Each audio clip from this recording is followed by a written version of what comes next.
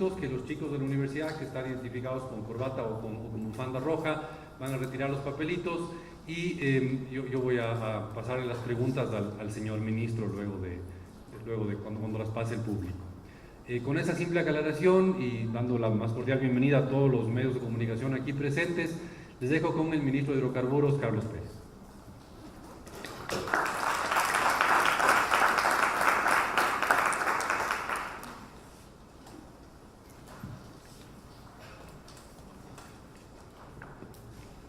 Buenas tardes, damas y caballeros. Muchas gracias por estar aquí. Señores medios de prensa, muchas gracias. Algo que se le pasó decir al economista es que yo nunca quise ser petrolero. Yo soy ingeniero eléctrico de profesión e ingeniero civil de profesión. Mi padre estuvo en petróleos y yo dije no quiero seguir ese camino. Pero como la cabra tiende al monte, luego de trabajar en la NASA por un tiempo, vino alguien y me ofreció un trabajo que en ese entonces pagaba muy bien y decidí cambiarme y ya llevo 43 años trabajando en la industria de hidrocarburos. Así que esa es mi salida de la parte eléctrica y electrónica hacia hidrocarburos y aquí me tienen luego de más de 40 años trabajando en esta industria. Muchas gracias por la invitación.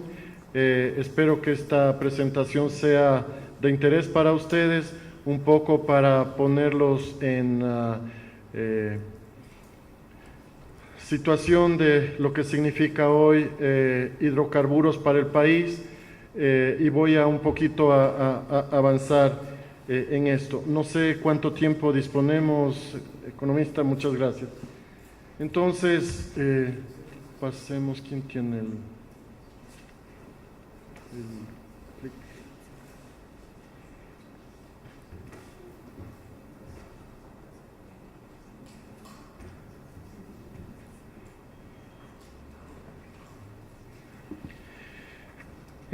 Un poco comentando cuáles son las políticas del señor presidente Moreno y por ende del sector de hidrocarburos.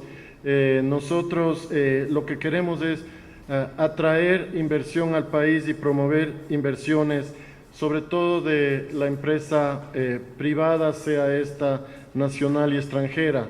En muchos casos, por los tamaños de los proyectos, los empresarios nacionales no tienen la capacidad y tenemos que recurrir a inversión extranjera que tiene mucho mayor alcance en cuanto a volúmenes requeridos para este trabajo. Alguna vez el doctor René Ortiz dijo, para ser petrolero hay que tener bastante plata porque son inversiones muy grandes, pero asimismo los réditos son importantes.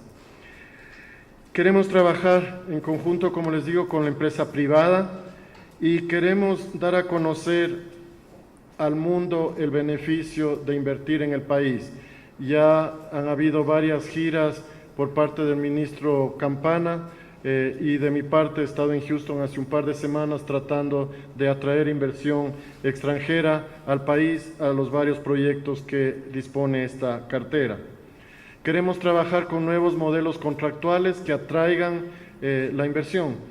No necesariamente los proyectos en contratos de servicios o servicios específicos son los más atractivos para los inversionistas y por eso estamos ya contemplando cambiarnos a los contratos de participación que son mucho más atractivos por el hecho de que se puede apalancar las inversiones requeridas en los proyectos y buscar financiamiento en reservas que pueden ser registradas en libros por parte de las empresas que están haciendo el desarrollo de los campos. Queremos trabajar con negociaciones totalmente transparentes, con la participación de los involucrados, con participación de la prensa, como ya lo venimos haciendo en varios procesos que se han llevado a cabo en las últimas semanas.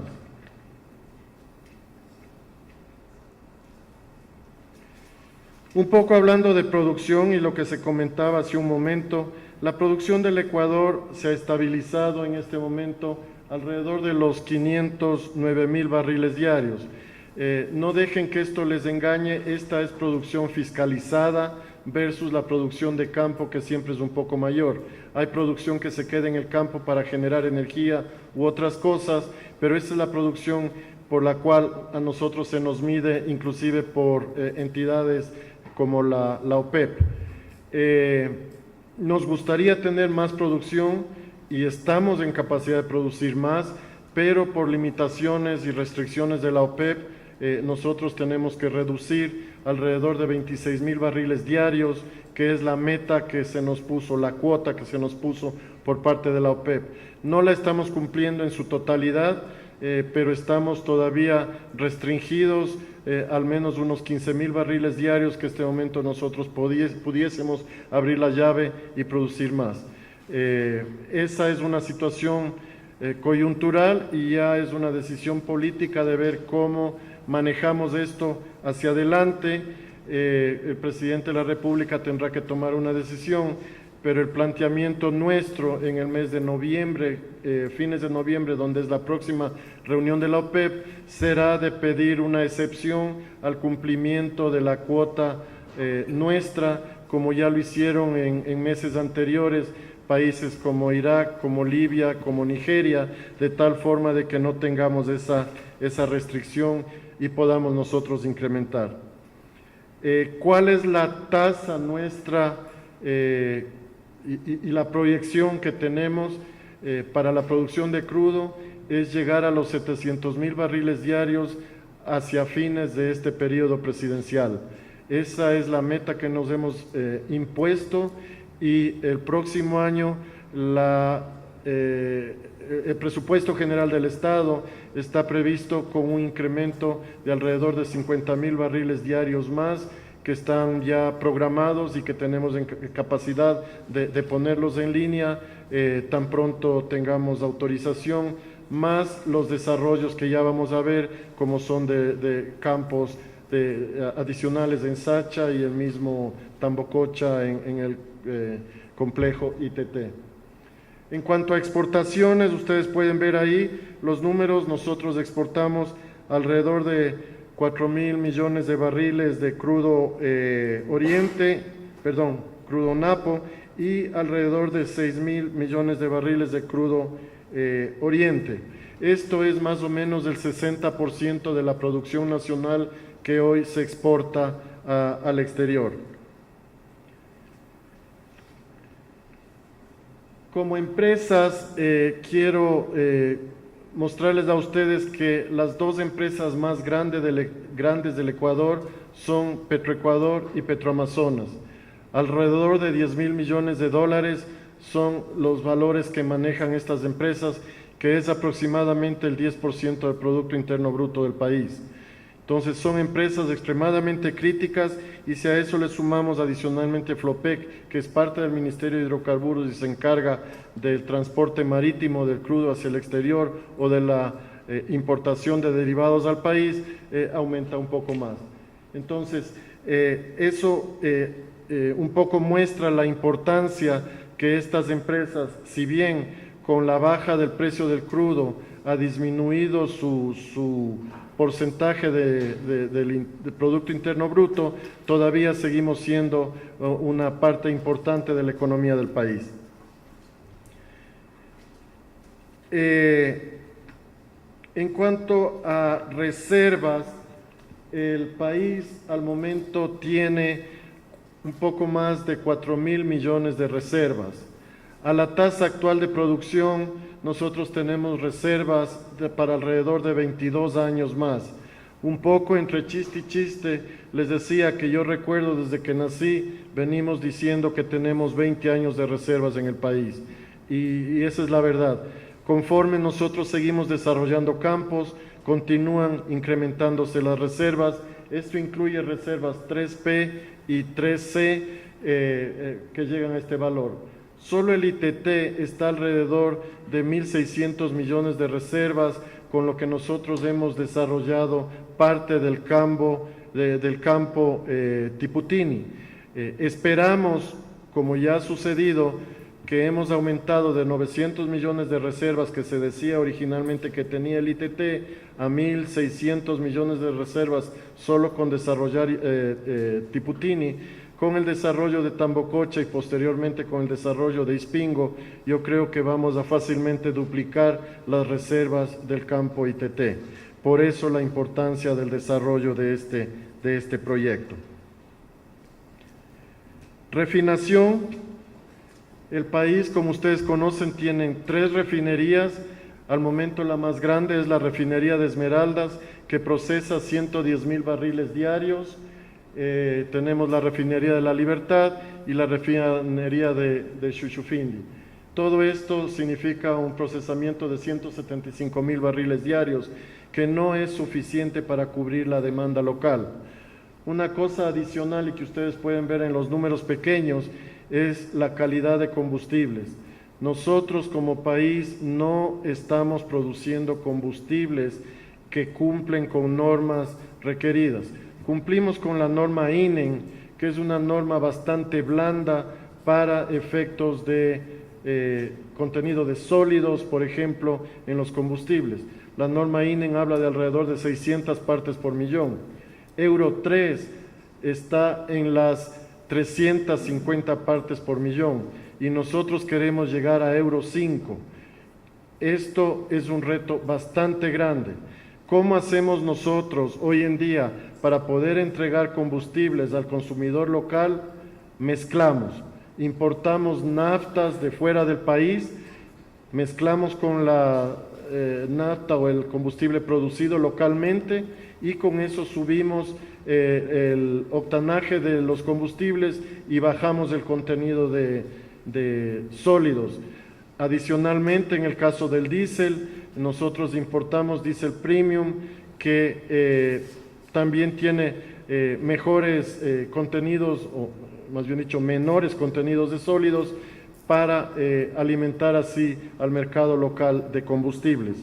Parte de los proyectos que nosotros estamos mirando hacia adelante es tener mejores productos refinados para cumplir con estándares más estrictos que van en beneficio del medio ambiente y, por ejemplo, con el municipio de Quito estamos trabajando ya para proveerle al municipio de Quito diésel premium que tiene alrededor de 50 partes por millón para evitar el smog en la ciudad y la contaminación y el carbono que se deposita en las paredes de los diferentes edificios en la ciudad. Eso es algo que lo estamos ya planificando, pero hay que hacer la logística de traer ese combustible desde Esmeraldas acá, en vista de que no lo podemos hacer a través del poliducto Esmeraldas-Quito al Beaterio, porque se contaminaría con los otros combustibles que vienen. Entonces la logística va a ser un poco complicada, pero ese es parte del compromiso con la ciudad de Quito.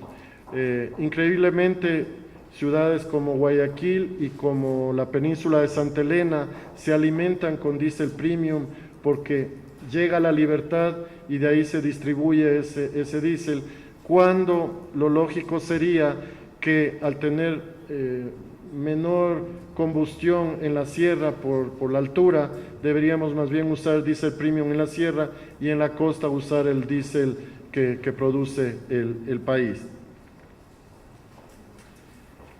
Gas natural es otro de los productos que el país tiene. Nosotros producimos alrededor de 43 millones de pies cúbicos en el campo Amistad. Ese gas hoy básicamente se utiliza para generación y para alimentar las empresas que producen cerámica, sobre todo en Cuenca y en esos lugares. Parte de los planes que tiene el gobierno es buscar la alternativa de usar este gas para consumo doméstico, de tal forma de evitar la importación o parcialmente la importación de gas. Ya hay ciudades como Bajo Alto, cerca a Machala, que inclusive reciben este gas vía tubería a los domicilios y se usa esto. Eso fue un plan piloto que se hizo y está funcionando adecuadamente.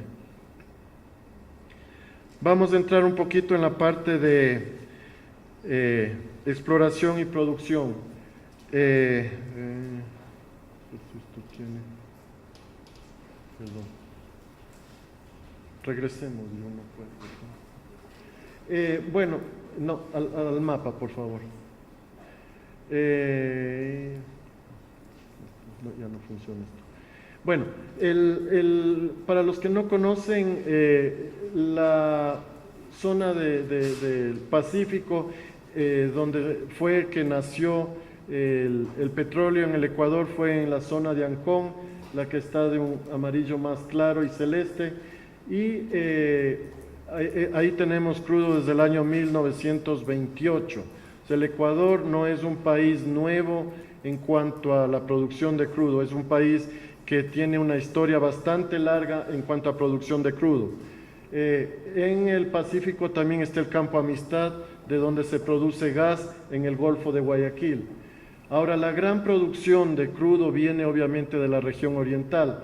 Hacia el norte, cerca de la frontera con Colombia, está Lago Agrio, donde fue el primer descubrimiento de Texaco y desde donde venimos produciendo desde los años 70, crudo del oriente ecuatoriano hasta la presente fecha.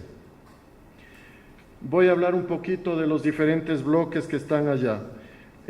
Hablando de Sacha, que es una de las preguntas que siempre sale, Sacha es un campo que estuvo en negociación, que se lo iba a adjudicar a empresa privada y que requería el pago de un derecho contractual de 1.200, 1.300 millones de dólares anticipado, que luego se amortizaría mediante el pago de tarifa a través de la producción que este campo tendría.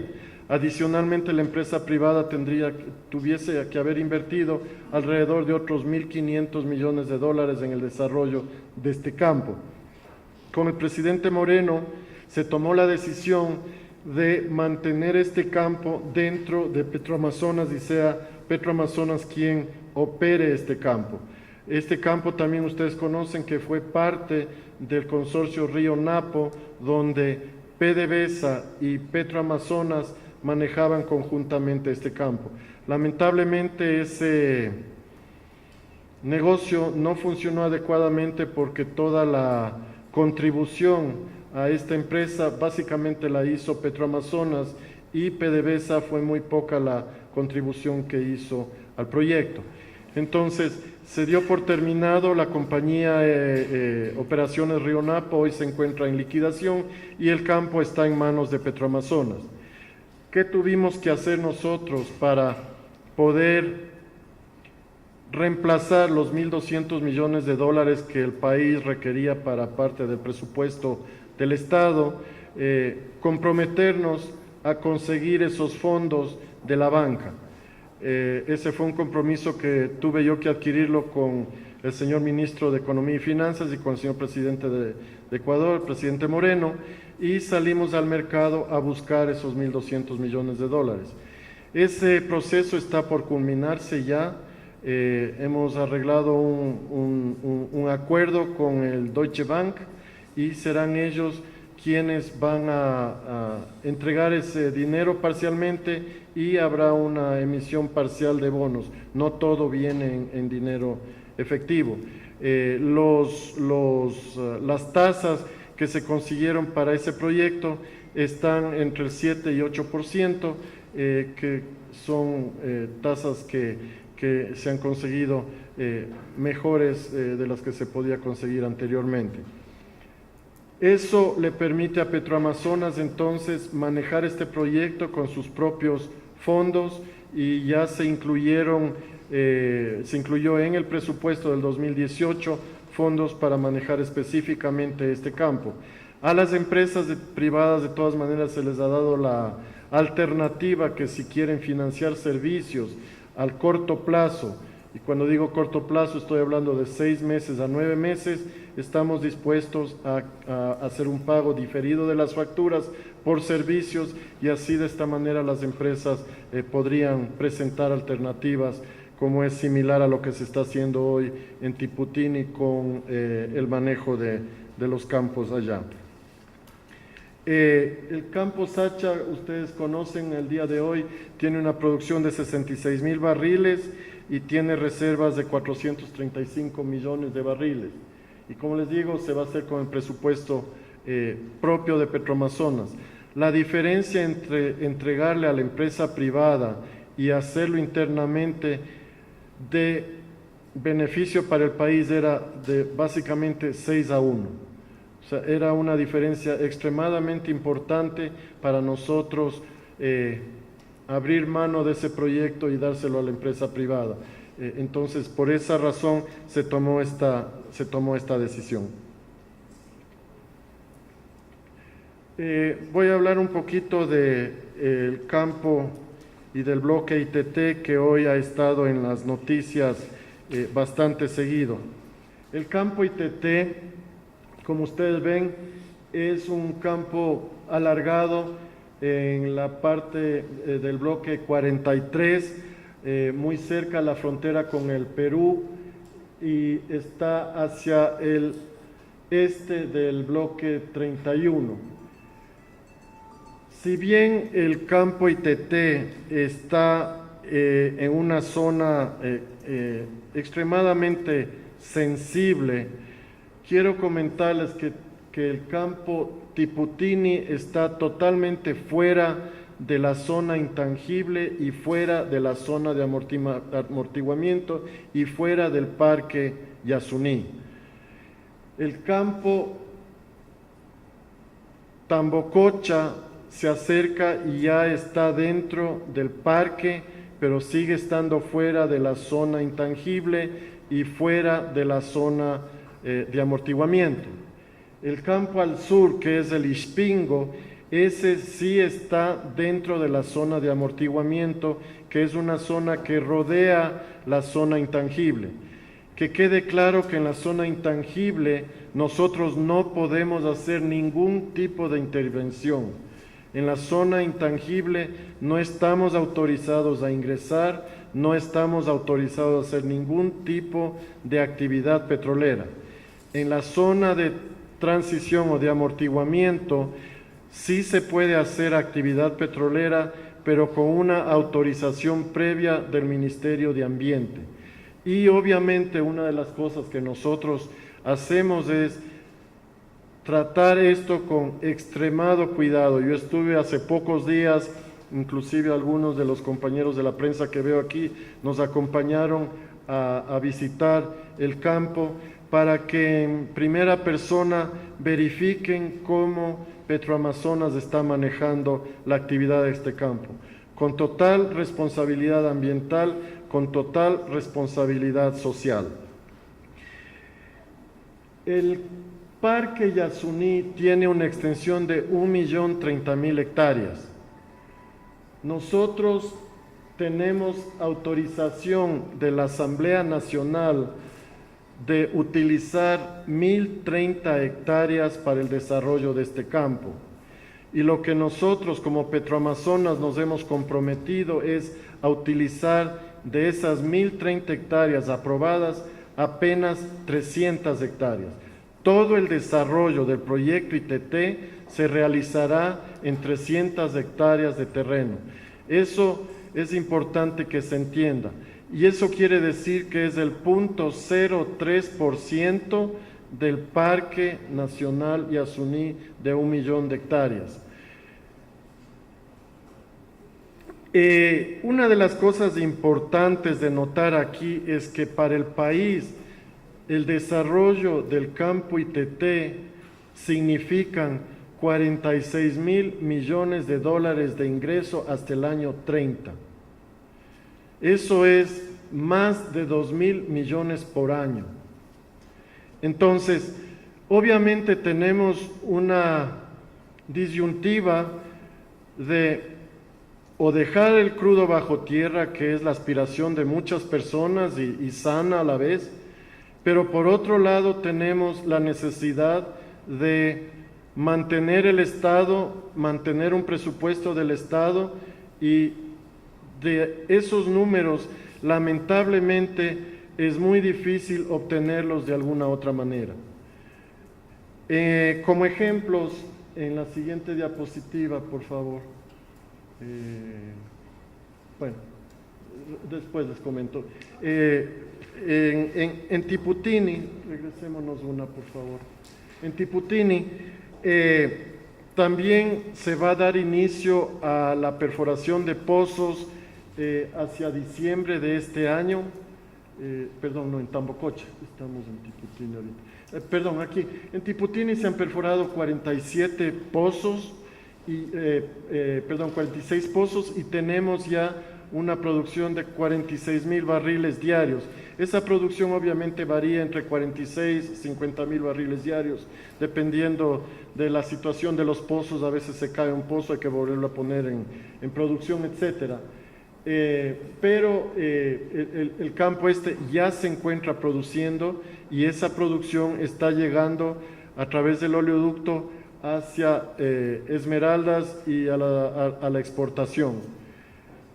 Repito, el impacto de estudio ambiental se han cumplido en un 100% y han sido aprobados por el Ministerio de Ambiente, y en eso nosotros tenemos mucho cuidado.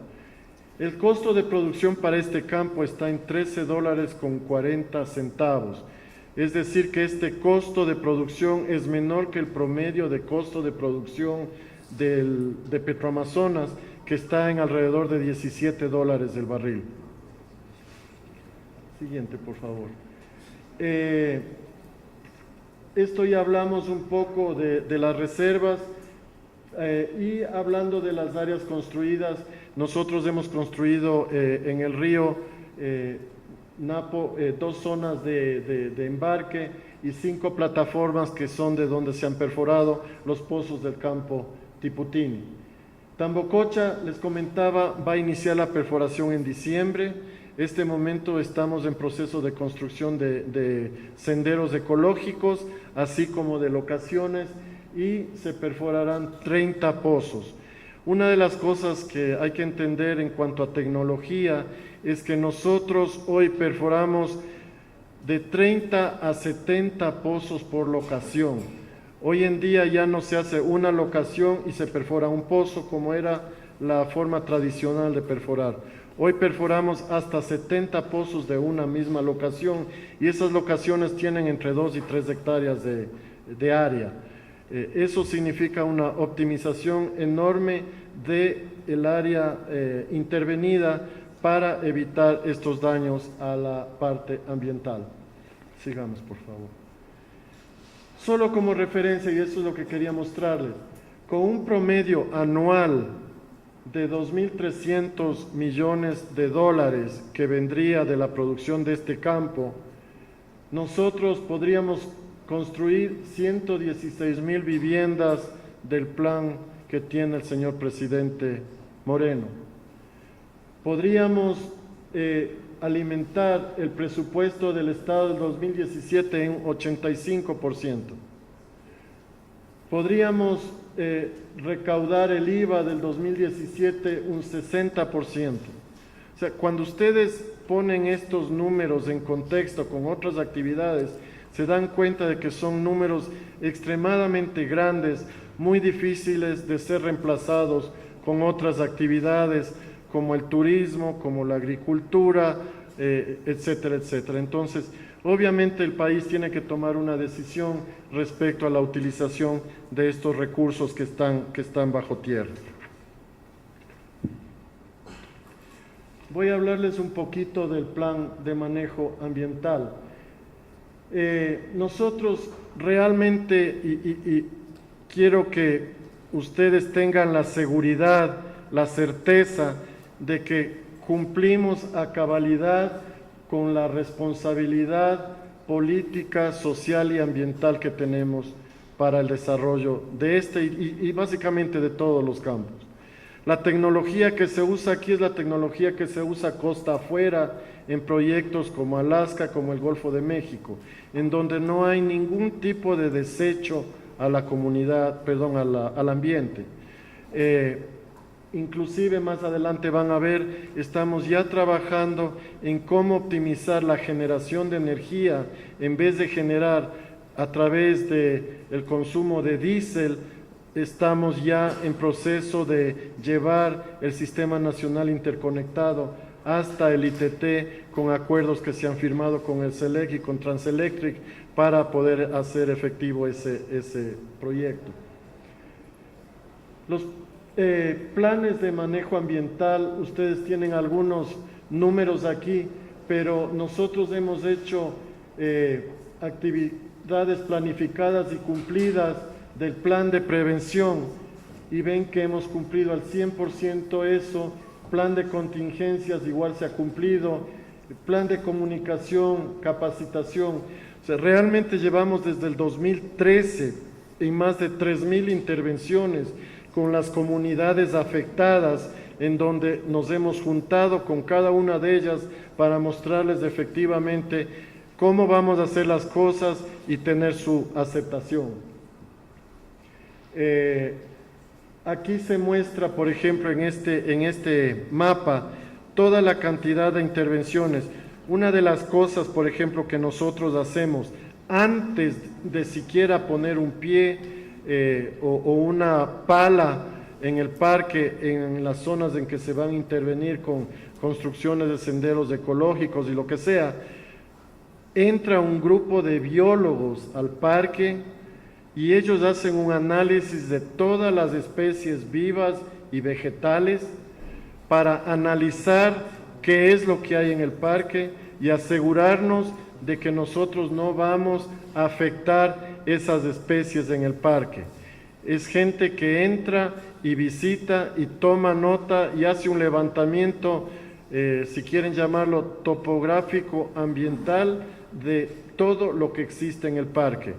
De tal manera que si diseñamos una vía y esa vía se encuentra que en el camino hay un ceibo que tiene 40 metros de diámetro, obviamente vamos a desviar la vía y no vamos a tocar ese árbol, porque son unas especies que algunos de ustedes las han visto, son extremadamente importantes y deben tener muchos años en crecimiento para llegar a esos tamaños. Existen una biodiversidad importante. Entrando a Tambococha encontramos un gallinazo rey que es muy escaso, casi no hay en el Ecuador, y se encontró con el nido. Se han tomado todas las precauciones para que ese gallinazo rey con sus crías se mantenga en total aislamiento, sin interrupción, sin interferencia de las personas, de la maquinaria, de las actividades que nosotros estamos haciendo allá. En la parte de interconexión eléctrica que les comentaba hace un momento, nosotros hemos hecho varias actividades y estamos trabajando muy de la mano con el Ministerio de Electricidad y Recursos Renovables.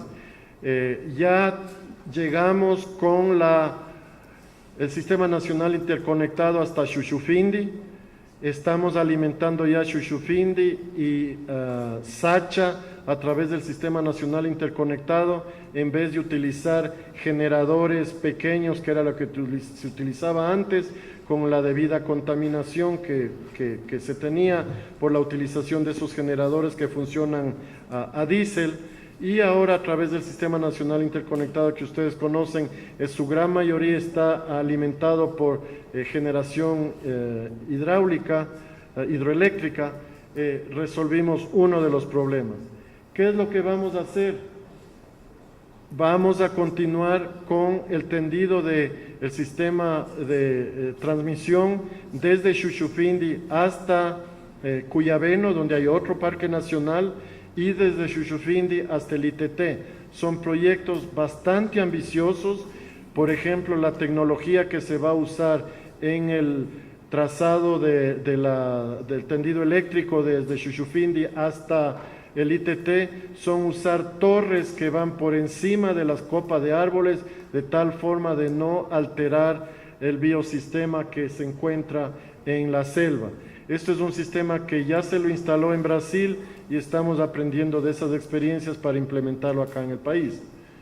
¿Qué significa en cuestión de números?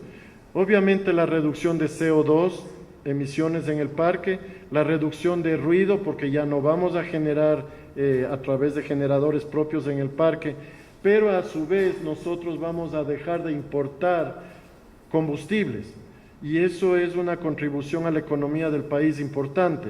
Solo en combustibles nosotros tenemos que importar hoy en día para operaciones petroleras 3.800.000 galones de diésel por año. Eso significa 230 millones de dólares de ahorro por año solo en este rubro. Entonces, al trabajar en la reducción de costos de producción y costos de operación en el Ecuador, este es el siguiente paso para reducir el costo de producción de alrededor de $17 a $15. Solo este rubro tiene un impacto de casi $2 en el costo de producción del país.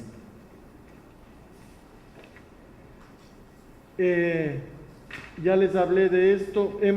Adicionalmente a los proyectos que les mencioné, hemos movido generadores de Machala y de otras áreas al oriente para utilizar el gas que se estaba quemando en campos como Shushufindi, como Sacha, para generar energía, de tal forma de no quemar ese gas al aire, sino usarlo para generación. Nuevamente, optimizando los recursos que el país tiene. Los proyectos que han salido en este periodo. Nosotros ya salimos con el proyecto de campos menores, fue licitado. Hubo alrededor de 48 empresas interesadas, de las cuales luego de cernir las empresas que cumplan con capacidad técnica, capacidad económica, se ha limitado el número a 23 empresas y con esas 23 empresas durante estas siguientes semanas estamos ya negociando y esperamos que en un plazo de 30 días se firmen contratos por alrededor de $1.000 millones de inversión para 10 campos en el oriente ecuatoriano. Las tarifas que van a ser fijadas están, porque ya se presentaron las propuestas, en el orden de los 11 a los $20, dependiendo de las reservas que tiene cada uno de los campos y obviamente de la rentabilidad relacionada con reservas y producción que esos campos dan. Entonces son tarifas bastante manejables y mucho menores a las que se manejaban anteriormente en estos contratos.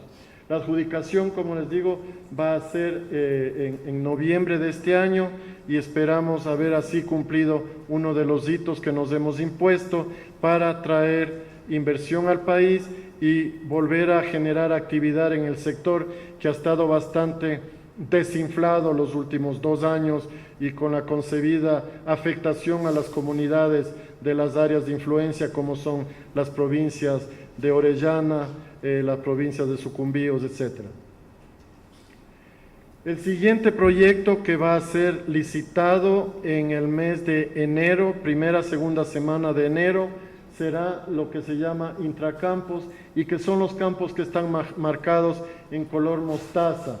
Esos campos están en la parte nororiente del oriente ecuatoriano, valga la redundancia, y son 8 campos que saldrían en esta licitación.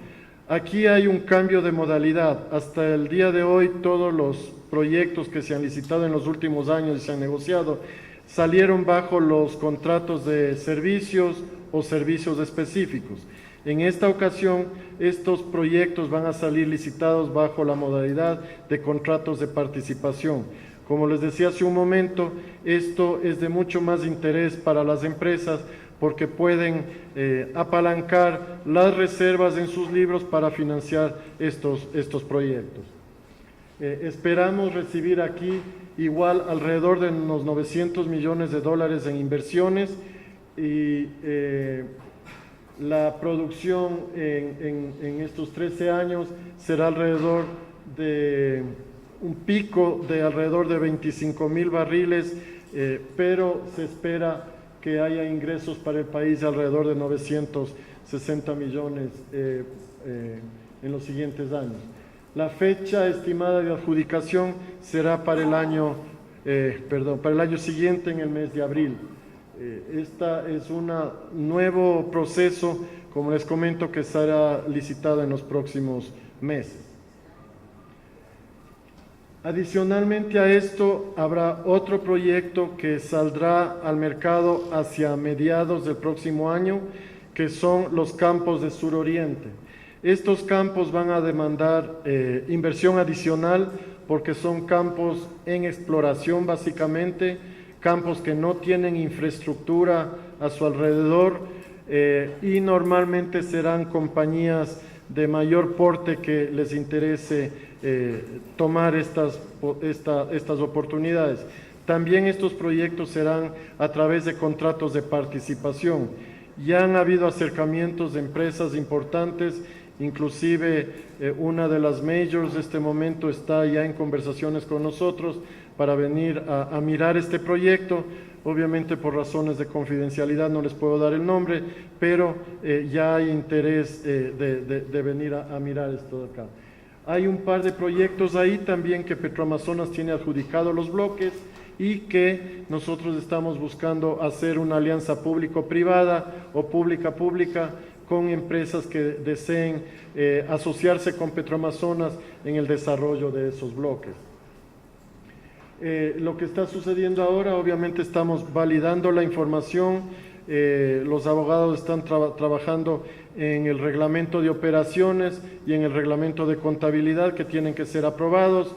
La ley no necesita cambiarse porque la ley ya establece este tipo de contratos, así que esperamos que en las próximas semanas, eso ya está yendo a la Presidencia de la República para que dé su visto bueno y a través de un decreto ejecutivo eso se implementará. Aquí saldrán los 14 bloques y esperamos que a mediados del 2018, como les digo, tengamos el lanzamiento de esta información. Estamos pidiendo tanto en el proyecto anterior de Intracampos como una validación de reservas por parte de empresas especializadas en el mercado para que nos ayude en la negociación de estos proyectos.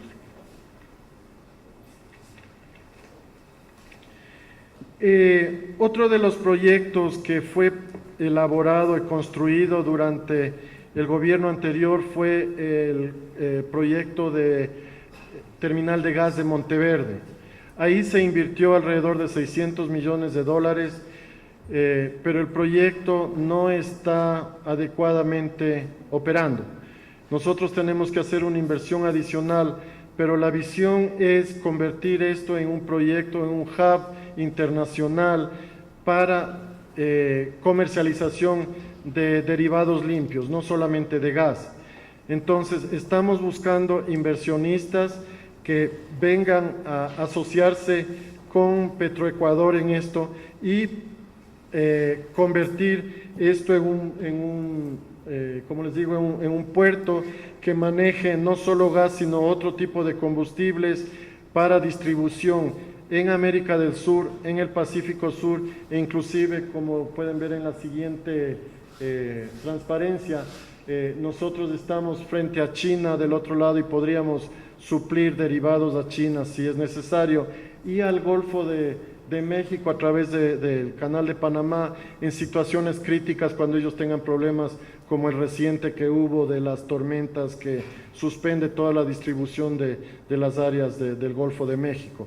Entonces vemos esto con buenos ojos. Ya hay interés de empresas que han venido a visitarnos y que quisiesen hacerse cargo de este proyecto con una inversión adicional, y sería obviamente una asociación entre Petroecuador y una empresa privada para las inversiones adicionales.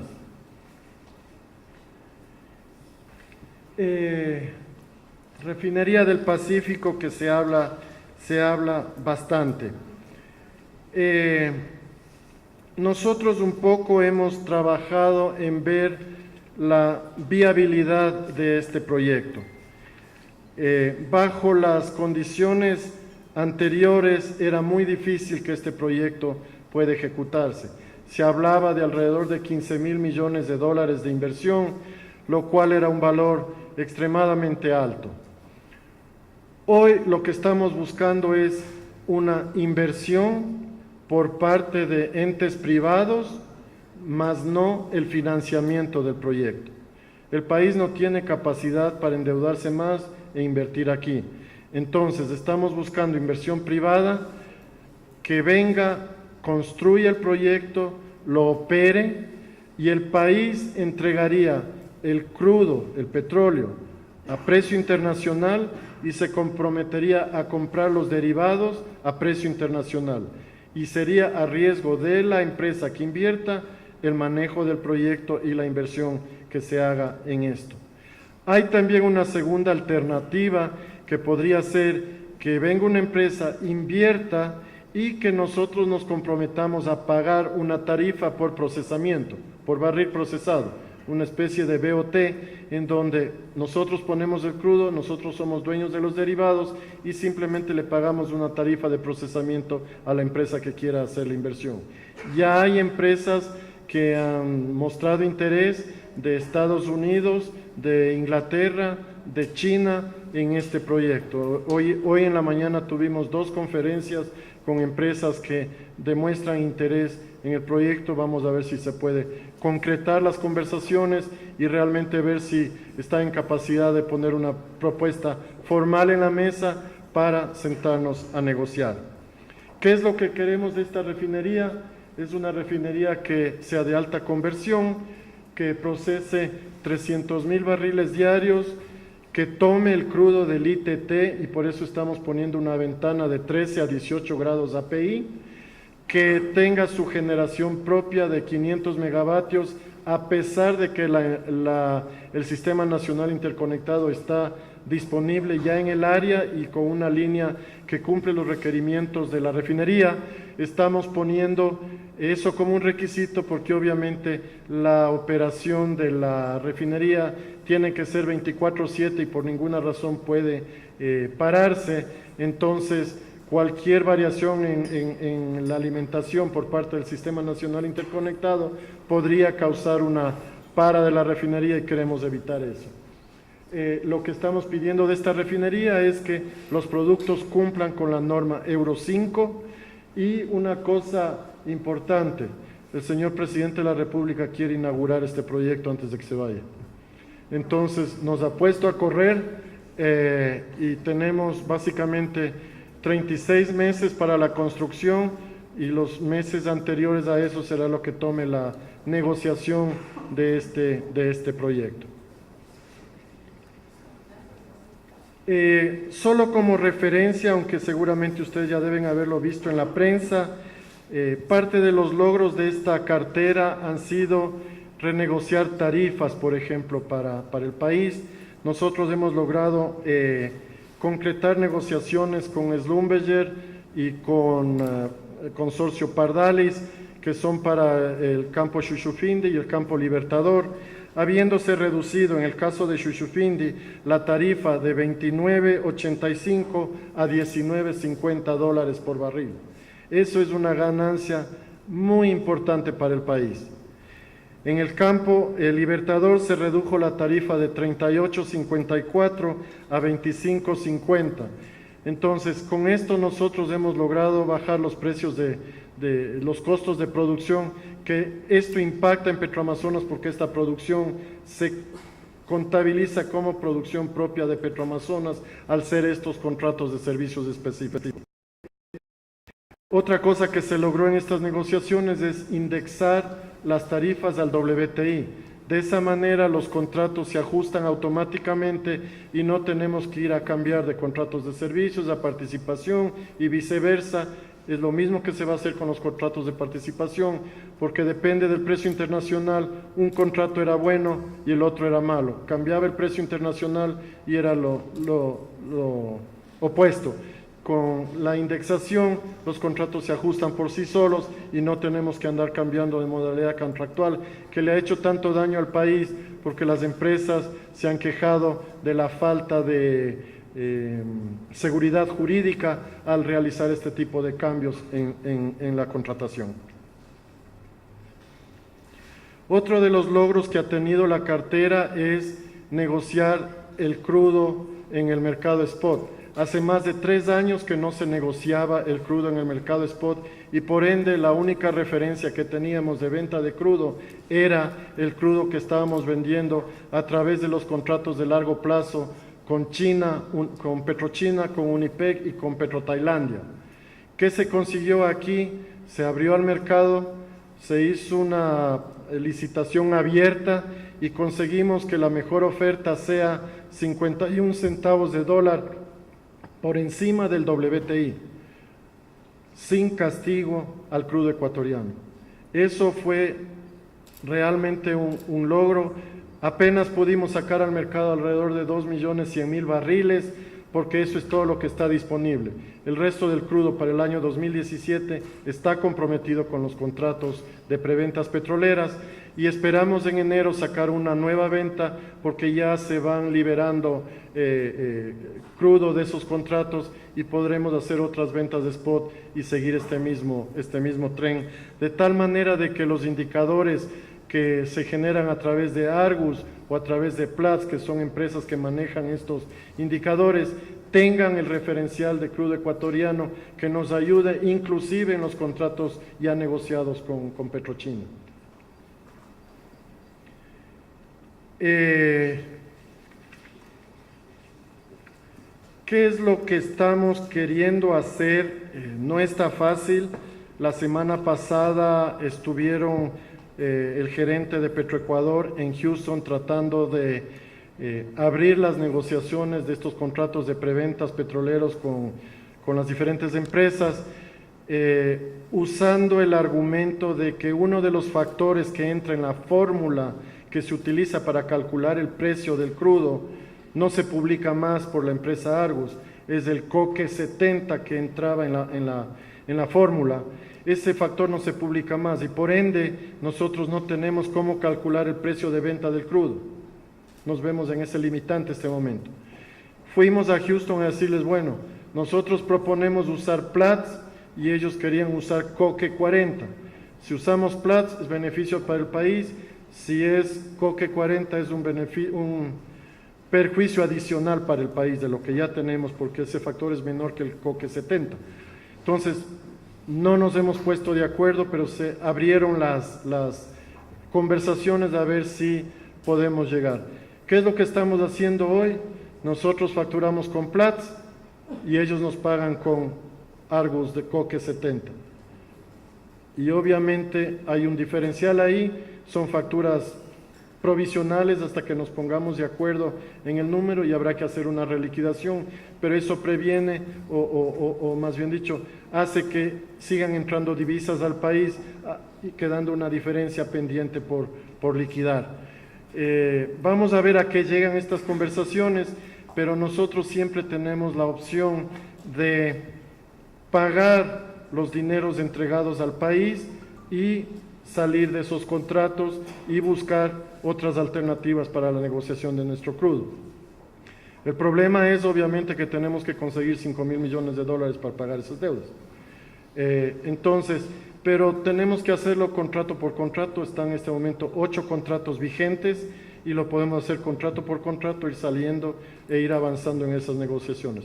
También ha habido empresas que han demostrado interés en comprar esos contratos en condiciones mucho mejores que las que nos ha ofrecido los contratistas anteriores, menores tasas, menores colateral de crudo, porque aunque les parezca a ustedes que son economistas increíble, con Petrochina y con Unipec tenemos un colateral de 4 veces en crudo del dinero adeudado a la empresa, y con Petrotailandia 8 veces el colateral que se le debe a Petrotailandia, cuando los bancos le dan con 1.5, 1.2, perdón, 2 como colaterales. Entonces creemos que el peso es demasiado grande y ese crudo pudiese ser negociado en otros lados y no estar amarrado a esos contratos. Un poco esa es la estrategia que estamos persiguiendo detrás de este tipo de contratos, pero son cosas que no se resuelven de la noche a la mañana, eso toma tiempo y nuestros amigos contrapartes del otro lado tienen todo el tiempo del mundo para demorar las negociaciones, así que esa es su filosofía.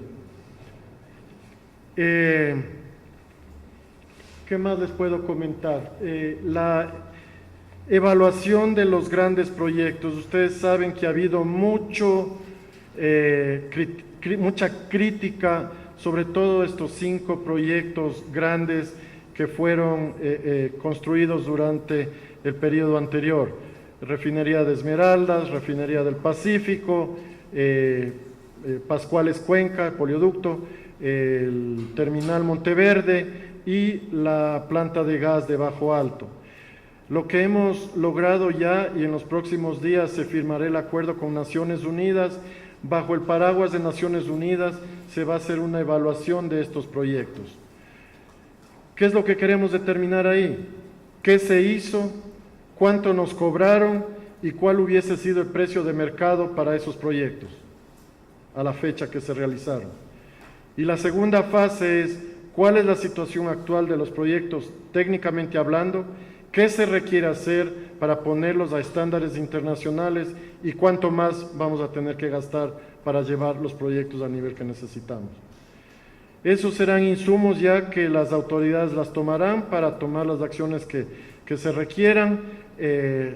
Esta cartera no se mete en eso, será la Fiscalía, será la Contraloría quienes tendrán que actuar, de manera de que nosotros a través de entidades internacionales realmente que sean expertas en la materia, se harán el análisis de estos proyectos y quien manejará esto será Naciones Unidas para evitar que haya cualquier influencia local, si lo quieren llamar así, sobre el análisis de esos proyectos.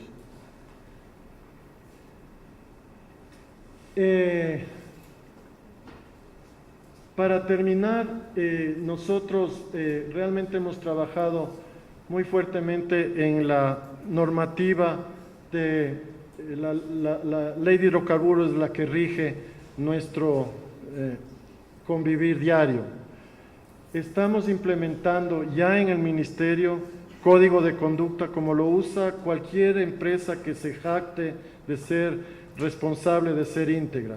Y esto se va a incluir en las entidades adscritas como son Petroecuador, Petroamazonas, Flopec, Austrogas, etcétera, de tal manera de que todos los funcionarios tengan la obligación de actuar transparentemente y que eso sea una obligación y una necesidad si quieren trabajar para esta cartera.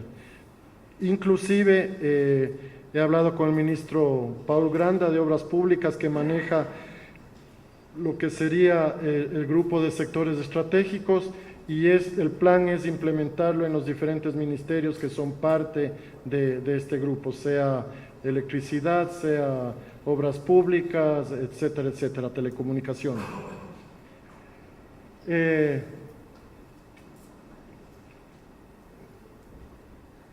Solo como una cuestión adicional, continuamos trabajando nosotros con las comunidades. Realmente se ha trabajado mucho en proyectos en los que nosotros estamos ayudando a las comunidades a salir. Emprendimientos, por ejemplo, de madres en Xuxufindi, en Lago Agrio, a quienes se les ha ayudado para que pongan su taller de costura y hoy ya han entregado 30,000 prendas de vestir que son uniformes que usa todo el personal de Petroamazonas, por ejemplo. Estamos tratando de regar ese principio a todas las otras empresas de tal manera de que usen mano de obra local y personas que puedan realmente trabajar haciendo este tipo de actividades y lograr el sustento de sus familias. Comedores, por ejemplo, allá todos son campamentos aislados y se han creado asociaciones locales en donde todas ellas están dando la alimentación a los diferentes campamentos en el oriente con mano de obra local, con cultivos locales, con productos locales, etcétera, etcétera. Eso es una forma de contribuir. Hemos ayudado en plantaciones de cacao, de café, etc. Hay muchas cosas que se están haciendo y que tal vez no son de conocimiento de ustedes, y hace un par de semanas se tuvo una feria donde todos ellos mostraron tanto sus productos como sus actividades y están orgullosos de manejarlas así. Principios de la gestión, y esta sí es la última: transparencia. Nosotros queremos tener transparencia en las acciones implementadas. Queremos estar a la vista de todos ustedes y que ustedes sean los jueces de cómo se están haciendo las cosas. Queremos privilegiar obviamente el interés del Estado ecuatoriano. Ha habido demasiado despilfarro, ha habido demasiados malos manejos que son de conocimiento público, y eso siempre ha ido en desmedro del Estado ecuatoriano y del pueblo ecuatoriano. Eso es inaceptable. Y el señor presidente Moreno está muy alineado, esta directriz viene de él y obviamente está en línea con la creencia nuestra, y vamos a trabajar muy fuertemente en esto. Queremos abrir el sector a la inversión sólida, no queremos gente que venga a especular. Queremos gente que traiga valor agregado, empresas que traigan valor agregado y que vengan al país a quedarse. No que venga alguien, compre un contrato, a la vuelta de 3 meses le vende a alguien más ganando plata y se fue del país. Eso no nos interesa. Queremos incentivar la eficiencia institucional y para ello estamos trabajando muy fuertemente con todas las dependencias que responden a este ministerio. Y queremos realmente mostrar un rostro humano, o sea, que cuando ustedes vayan a ser atendidos en una de las dependencias que pertenecen a este ministerio, tengan la certeza de que van a ser atendidos adecuadamente. No necesitan tener un intermediario para conseguir una cita, que era el pan de cada día antes. Hoy, si el señor economista quiere una cita conmigo, le llama al asistente del despacho, se lo pone en la agenda cuando esté disponible y el señor se sentará conmigo a conversar. Lamentablemente, ese tipo de cosas no se hacían anteriormente. Yo creo que con varios de ustedes ya me he reunido y siempre estamos a su entera disposición.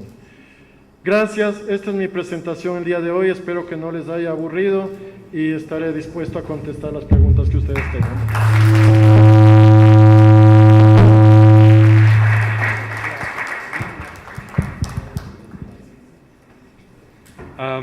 Evidentemente soplan nuevos vientos en el sector hidrocarburífero en el Ecuador. Es otro mundo el que nosotros como académicos estamos enfrentando para investigar del sector petrolero. Lo que dijo el ministro es totalmente correcto. Nosotros mandamos una carta, un email a su asistente. Cuestión de 48 horas más tarde estaba armado el evento en términos generales, después vimos un par de detallitos, la hora se cambió, pero básicamente es así, no necesitamos ningún intermediario, no necesitamos nada, y eso sí debo decirlo, no existía antes. El país ha cambiado y la universidad tiene ahora mucho más acceso a los funcionarios públicos con información, a lo que no teníamos antes, y en eso quiero dejar clarísimo mi agradecimiento al señor ministro. Tengo una cantidad enorme de preguntas, hace 10 minutos ya dejamos de receptar preguntas, 1000 disculpas a los que dieron las últimas preguntas, son tantas que tuve que organizarles de alguna manera y les organicé de la siguiente manera. Exploración, producción, transporte, venta de crudo, refinación, venta de derivados, un poco en ese orden, que es el orden que usamos en nuestro Observatorio de Energía y Minas en la organización de la información. Así que, no sé, creo que lo más práctico es que el ministro venga acá porque todas las cámaras de las... no se puede... Sí, creo que lo más práctico es que usted venga acá porque las cámaras... a ver, voy con las preguntas. Es que las cámaras apuntan allá y todos los micrófonos están allá. ¿Cuándo empezará la producción petrolera en el campo Sacha? De Sacha nos preguntan eso y nos piden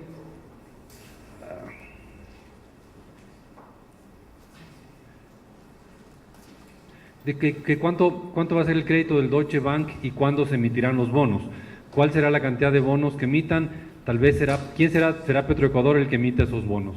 sobre Sacha. A ver, sobre Sacha. Sacha este momento produce 66.000 barriles diarios. La idea es incrementar obviamente esa producción. Nosotros esperamos incrementar el año que viene alrededor de 72.000 barriles diarios, 75.000 barriles diarios. La actividad empezaría a principios del año que viene, en enero, febrero del año que viene, porque este año lamentablemente ya no alcanzamos a incluir dinero en el presupuesto del año 2017, pero sí se incluyó en el año 2018. Sacha también requiere bastante trabajo en lo que son facilidades, tanquería, líneas de flujo, etcétera, porque son instalaciones que ya tienen sus años. Entonces, por ahí también hay posibilidades de actividades para las empresas de servicio. En cuanto al valor de los 1.200 millones de dólares, está distribuido en varios rubros. El Deutsche Bank lo está haciendo a través de los activos de Petroamazonas y con garantía soberana. Así es como está estructurado. Básicamente en bonos van a ser alrededor de 600 millones de dólares los que se van a emitir, el resto será en dinero. Mil gracias. Producción, bloque 43. ¿Cómo se va a financiar el desarrollo del bloque 43? Y dos preguntas más sobre el tema de la intangibilidad. ¿Está usted de acuerdo con incrementar la zona intangible en al menos 50.000 hectáreas y reducir el área de explotación petrolera autorizada por la Asamblea Nacional en el Parque Nacional Yasuní de 1.030 hectáreas a 300? La pregunta número 5. ¿Cómo? La pregunta número 5 de la consulta popular. ¿Y cómo afectaría que gane el sí en la pregunta sobre el ITT? A ver, la producción del ITT este momento viene del campo Tiputini y está alrededor de 50.000 barriles diarios. El año que viene se espera que esa producción aumente en 50.000 barriles más, ya con la perforación de los pozos, de los 30 pozos adicionales en Tambococha. El pico de producción que se espera en todo el complejo ITT está por encima de los 200.000 barriles diarios. ¿Cómo se va a financiar? A través del presupuesto de Petroamazonas y a través de la prestación de servicios financiados por parte de empresas privadas. Eso de financiamiento, como les dije hace un minuto, es a corto plazo, no más allá de un año de financiamiento, de tal manera de tener el flujo de caja que venga de la producción del campo y con eso se va pagando. Respecto de la pregunta número 5, efectivamente nosotros hemos propuesto, y esto es una decisión que por alguna razón se ha malinterpretado y piensan que es una decisión del Ministerio de Hidrocarburos. No es así, es una decisión del Gobierno Nacional en conjunto con el Ministerio de Ambiente, y efectivamente nosotros vamos a incrementar más de 50.000 barriles la zona intangible. Específicamente son 62.000 barriles, hectáreas. Son 62.000 hectáreas las que se van a incrementar a la zona intangible, de tal manera que esta tendrá 820.000 hectáreas en las cuales no puede haber pelo de humano occidental, llamémoslo de alguna manera. Por supuesto que los no contactados podrán andar por donde ellos deseen. Entonces va a haber un incremento de la zona intangible, pero ese incremento no va a afectar el desarrollo del campo ITT. El campo ITT estará siempre fuera de la zona intangible. Mil gracias. Seguimos. Transporte. ¿En qué estado están los oleoductos? ¿No hay peligro de derrames de petróleo? ¿Se les da el debido mantenimiento y seguridad?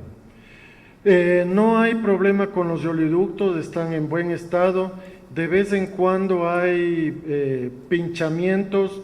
Hace un mes y pico hubo uno. Son lamentablemente gente del narco que pinche el oleoducto para robarse crudo y elaborar gasolina blanca para el refinamiento de drogas. Eso se controla muy rápidamente y las empresas la empresa Petroecuador en este caso, que maneja esto, pues obviamente toma nota inmediata y hace los correctivos necesarios para evitar que haya derrames importantes. Obviamente que el momento que hay un pinchamiento, hay un pequeño derrame, pero eso se remedia inmediatamente y se corrige. Pero la capacidad de oleoducto, estamos con los dos oleoductos, tanto el OCP como el SOTE, en 800,000 barriles, de tal manera de que tenemos suficiente capacidad para llegar a los 700,000 barriles que está proyectado para fines de este periodo. Gracias. Ahora paso a venta de crudo. De la producción mensual, son varias preguntas, creo que las leo de una vez. De la producción mensual, ¿cuánto está comprometido con China? ¿Qué ventajas han sido para el país las ventas de spot comparadas con las preventas a Petrochina? Y dos preguntas muy similares. ¿Podría haber alguna penalidad para el Ecuador por la negociación que se hace al momento con Petrochina y Petrotailandia sobre la fórmula de cálculo del precio del crudo? ¿Hay algún riesgo de litigios internacionales por cambios en el precio del barril acordado en ventas con Petrochina, Unipec y Petrotailandia? Ojalá me acuerde todas las preguntas. Si no me ayudan, por favor. A ver, empezando por el último, los contratos con Petrochina. Obviamente que nosotros vamos a respetar los contratos, no se trata de romper el contrato. Si nosotros rompiésemos el contrato, tendríamos la posibilidad de algún tipo de juicio. Lamentablemente, el día de hoy, el contrato no es ejecutable porque no hay ese factor que entra en la fórmula. Entonces, estamos buscando la forma de ponernos de acuerdo. Siempre hay la alternativa, es como cuando ustedes compran una casa, si la compraron a 30 años y se consiguen la herencia de la abuela por ahí y tienen la plata, van y pagan su deuda y se levanta la hipoteca y no hay ningún problema. Eso es un poco lo que nosotros queremos o podemos hacer con ese contrato. Por supuesto que es buen negocio para las empresas y no les interesa que nosotros hagamos. Con las ventas de spot, nosotros tuvimos una ganancia de alrededor de 4 a 5 dólares por barril de petróleo.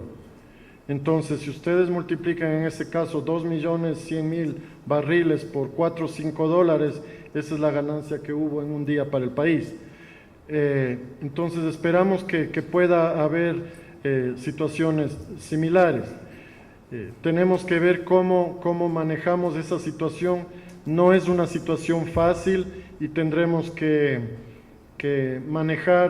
manejarla, pero siempre enmarcados en la legislación y respetando los términos contractuales. El señor presidente ha sido muy claro en el sentido de que nosotros no vamos a romper contratos porque eso le da estabilidad y credibilidad al país para los inversionistas, tanto nacionales como extranjeros. No sé si ¿Cuánto de la producción mensual está comprometido con China? A ver, ese es un número difícil de determinar porque depende del precio de crudo. Básicamente lo que los contratos dicen es que nosotros pagaremos un X número de barriles correspondientes al dinero entregado. Entonces, conforme varía el precio del barril, son más o menos barriles para cubrir una cantidad de dinero entregado.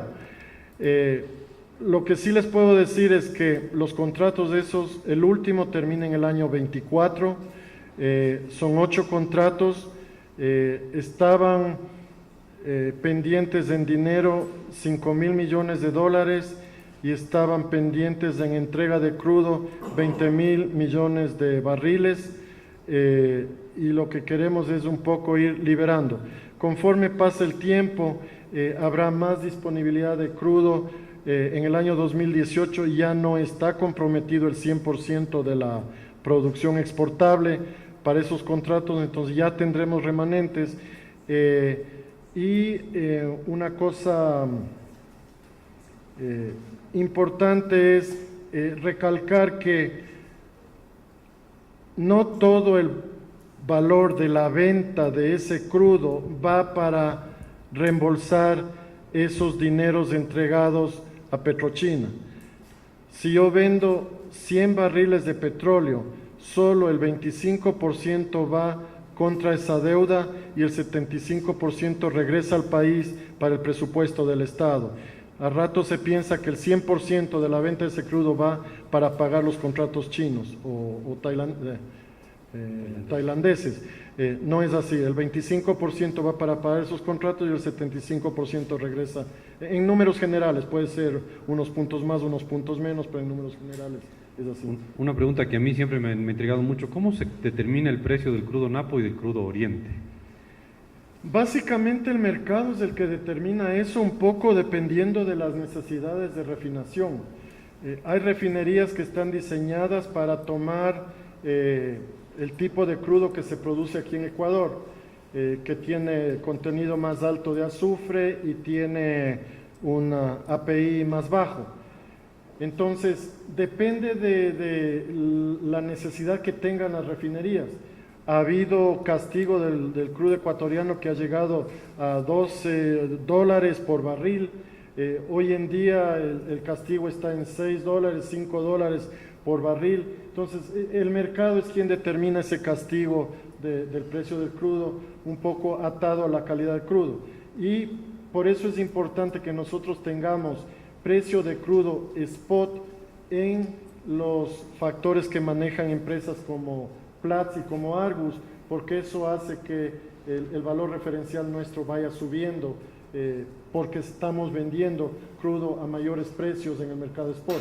Obviamente que mercado spot y mercado a largo plazo no se pueden comparar los precios, son dos modalidades diferentes. Y nosotros como país tenemos que tener una mezcla de las dos modalidades, porque hay veces que conviene vender en spot, otras veces no conviene vender en spot y más bien conviene tener una estabilidad y una seguridad de su cliente de que compre crudo a contratos a largo plazo. ¿Puedo seguir con preguntas? ¿Sí? Es poco común. Yo tengo mañana hasta las 8 de la mañana, así que tranquilo. Es poco común que un ministro de hidrocarburos de preste, pero muchas gracias, insisto. A ver, aquí hay una, vamos al siguiente tema, refinación. ¿Tiene sentido cerrar la refinería? ¿Se podría importar combustibles de mejor calidad y evitar negociados? A ver, la importación de derivados también es negociada, lamentablemente. Quiero decirle que las mafias, no me gusta usar ese término, pero prácticas indebidas. Las prácticas, o sea, ¿por qué, por ejemplo, no se ha implementado el sistema de electrificación a través del Sistema Nacional Interconectado? Porque hay intereses de empresas que quieren vender diésel. Así de sencillo. O sea, ¿por qué el carro eléctrico no se ha desarrollado y no está a los precios que debería estar? Porque hay intereses de vender crudo y de vender derivados de crudo. Eso es una realidad que los que estamos en el negocio lo vemos todos los días. Entonces, lo que hay que hacer bien las cosas, sea refinación o sea importación de derivados. Ahora, es interés del país, más que por tener una refinería, el hecho de producir nuestro propio combustible en el país evita la salida de divisas. Eso es importantísimo.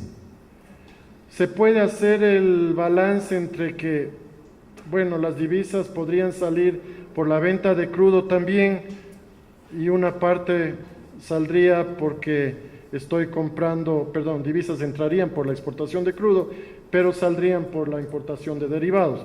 Y hay que mirar el balance adecuado para que la economía del país, la entrada de divisas sea mayor que otra.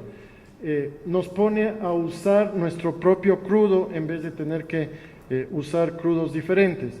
Y adicionalmente crea puestos de trabajo, que es otra de las preocupaciones de este gobierno.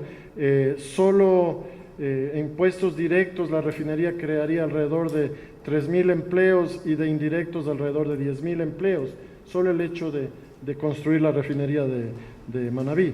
Entonces hay varias razones por las que nosotros perseguimos. Si bien es un proyecto no necesariamente extremadamente rentable, para los que conocen refinación saben que no es una actividad extremadamente rentable, como lo sería la extracción de petróleo, por ejemplo, que es mucho más rentable.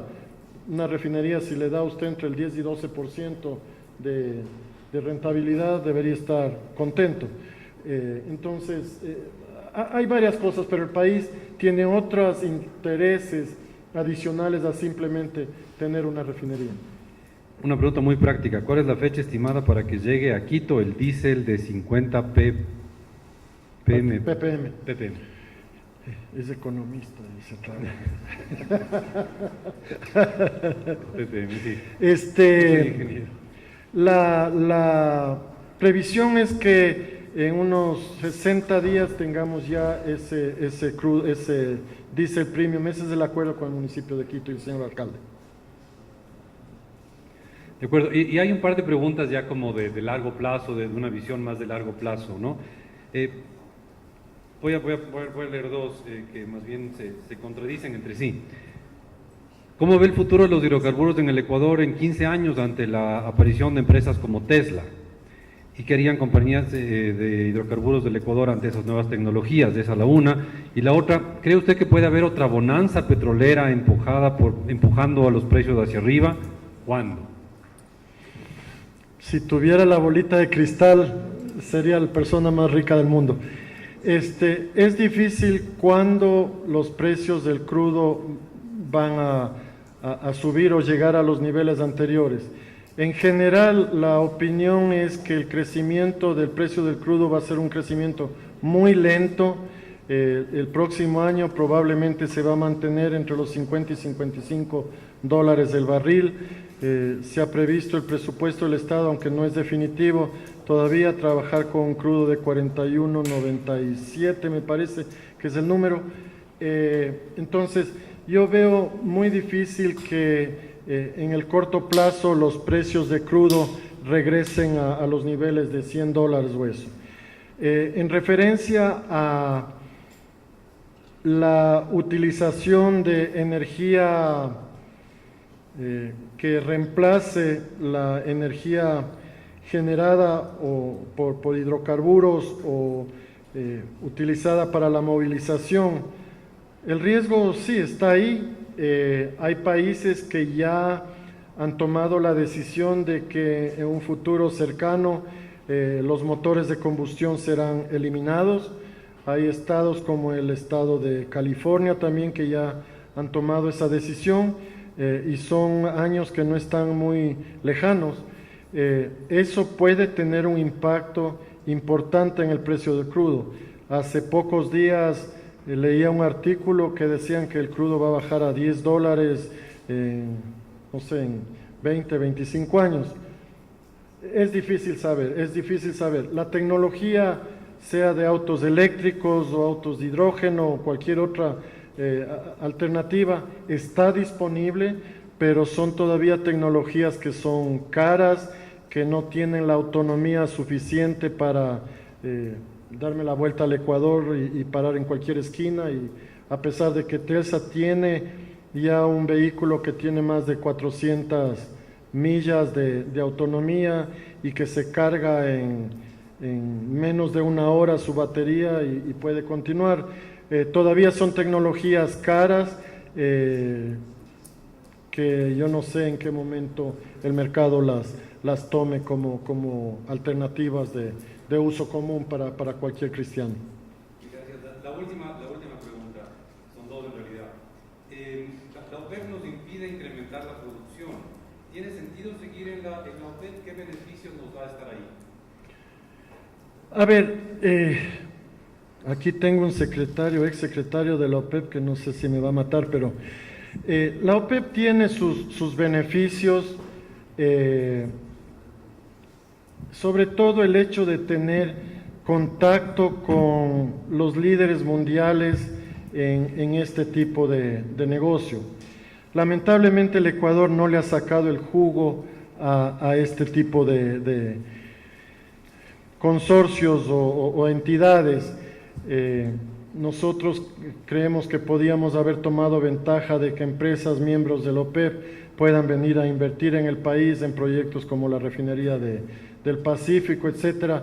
Lamentablemente eso no se ha dado. Ellos nos ayudan mucho en lo que son análisis de una cantidad de factores que nos ayudan a nosotros a manejar mejor la política petrolera.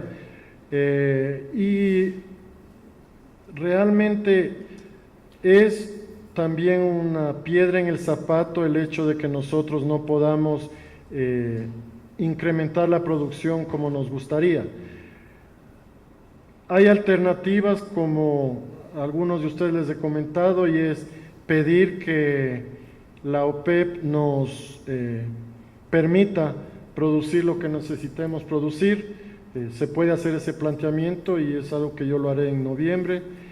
Se puede pedir una licencia de la OPEP por un par de años y tener la libertad, o la más drástica, salirse de la OPEP. Al final de cuentas es una decisión política. Por una razón política volvimos a la OPEP cuando el señor presidente de Venezuela le pidió al señor presidente de Ecuador que volvamos, y el señor presidente de Ecuador hoy tendrá que tomar la decisión si quiere permanecer o no en la OPEP.